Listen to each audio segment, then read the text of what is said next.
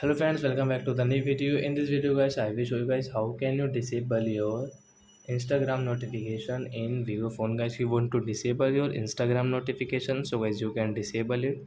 In this video guys, I will show you guys how can you disable your Instagram notification in Vivo phone. So guys, let's see how to disable Instagram notification in Vivo phone. So guys, first of all guys, open your phone setting to disable your Instagram notifications. So guys, click on this notification setting, app setting guys, and guys you cannot see guys here this Instagram, so guys don't worry. So as you can see guys, this most recent. So guys, click on this icon setting guys, click here, guys third option guys, click all apps.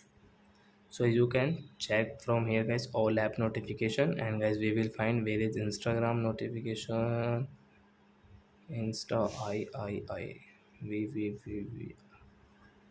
So guys, now you can see guys Instagram notification you want to off. So as you can off from here, and guys you cannot see your Instagram notification from always on your screen.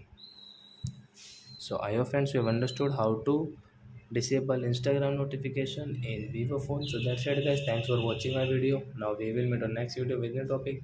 Before going, please go and like my video, subscribe my channel. Bye bye friends.